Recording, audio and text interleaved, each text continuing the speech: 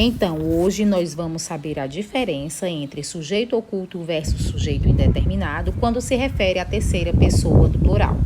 Bom, nós sabemos que tanto o sujeito oculto como o sujeito indeterminado, ele não vem expresso na frase, tá? Mas o sujeito oculto pode se referir à primeira, segunda e terceira pessoa do singular ou primeira, segunda e terceira pessoa do plural. Sim, terceira pessoa do plural. Que é também o primeiro caso do sujeito indeterminado.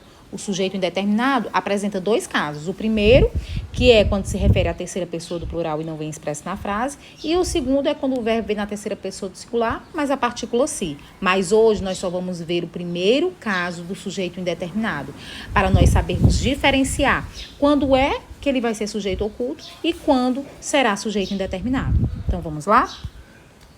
Então, nós vamos iniciar com a seguinte frase. Cheguei cedo. Quem chegou cedo? Eu. O sujeito não está expresso na frase e se refere à primeira pessoa do singular. Então, muito bem, eu tenho aqui um sujeito oculto. Eu tenho uma frase, estudas onde? Quem estudas onde? Tu.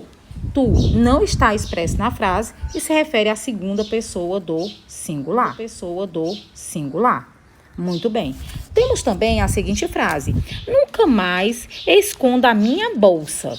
Então, neste caso, eu tenho...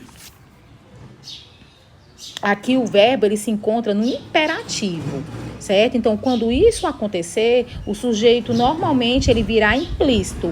Então, nesse caso aqui, ó, nunca mais esconda a minha bolsa. Nunca mais você esconda a minha bolsa. Nunca mais esconda você a minha bolsa. Então, a próxima frase seria trágico se não fosse cômico. Bom, aqui nós temos um sujeito oculto hipotético. Como assim, Carla, um sujeito oculto hipotético? Porque aí vem representado por um pronome demonstrativo anafórico. Isso. O pronome demonstrativo seria isso. Por que ele é anafórico? Porque se refere a algo que já foi dito, certo? Isso acontece em determinados contextos. Então, você vai dizer assim, mas Carla, o isso, como assim? Não é quando se refere à primeira, segunda e terceira pessoa do singular ou plural? Sim, e aqui o isso é a segunda pessoa. Tá? Então, seria trágico se isso não fosse cômico. Isso não vem expresso na frase e se refere à segunda pessoa. Então, nós temos aqui o isso como sujeito oculto e hipotético. E nós temos, então, um sujeito oculto. Falavam mal de ti na reunião. Quem falavam mal de ti na reunião? Eles. Eles se refere à terceira pessoa do plural e não está expresso na frase, então eu tenho aqui um sujeito indeterminado. Então eu tenho, sequestraram o gerente do banco. Quem sequestraram o gerente do banco? Eles. Quem são eles?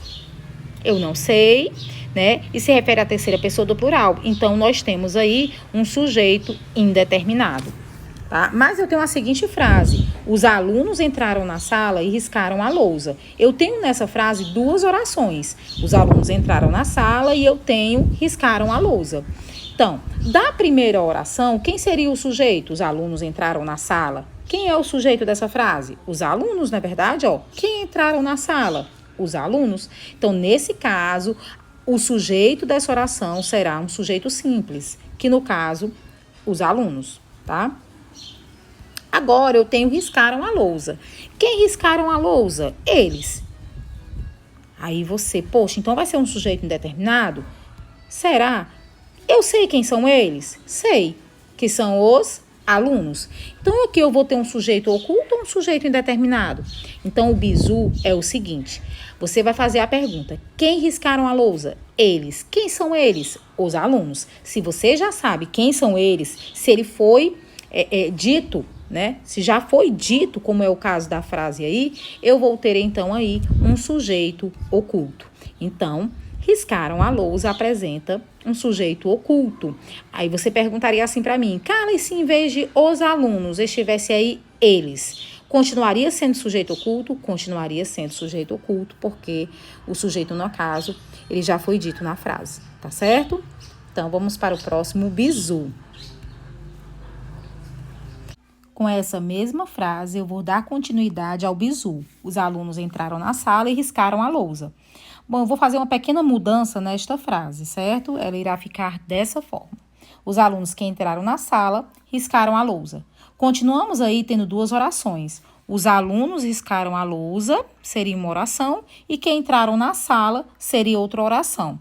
Lembrando que entraram na sala, nós temos aí uma oração subordinada adjetiva restritiva. Percebam que o que, ele é um pronome relativo. Como é que eu sei que ele é um pronome relativo? Substitui o que por o qual e suas variações. Os alunos, os quais entraram na sala. Então, esse que aí é um pronome relativo. Então, nesse caso, eu tenho uma oração restritiva. Então, vamos para a primeira oração dessa frase. Os alunos riscaram a lousa. Quem riscaram a lousa? Os alunos. Os alunos é o sujeito. Como eu tenho apenas um núcleo, sujeito simples. Próxima oração desta frase. Que entraram na sala. Bom, quem seria o sujeito dessa oração?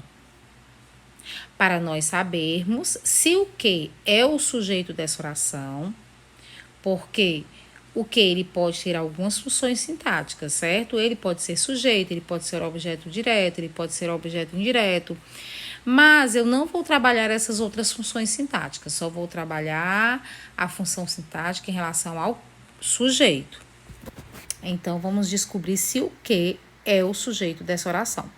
Para descobrir, eu vou pegar o que vem antes do que, e aí, no caso, vem os alunos, e a frase iria ficar assim: os alunos que entraram na sala. Ok. Como esse que é um pronome relativo e dá para substituir por o qual, eu vou tirar esse que por enquanto desta frase e a frase vai ficar: os alunos entraram na sala. Quem entraram na sala? Os alunos. Se no momento que você tira o que vem antes deste que será o sujeito, você acabou de descobrir que o sujeito da oração que entraram na sala é que. E um sujeito simples. Eu espero que tenha contribuído de alguma forma. E se quiserem saber mais um pouquinho sobre essas funções aí do que, dá um like aí e pede que na próxima aula eu venho como bizu, tá bom? Um grande abraço.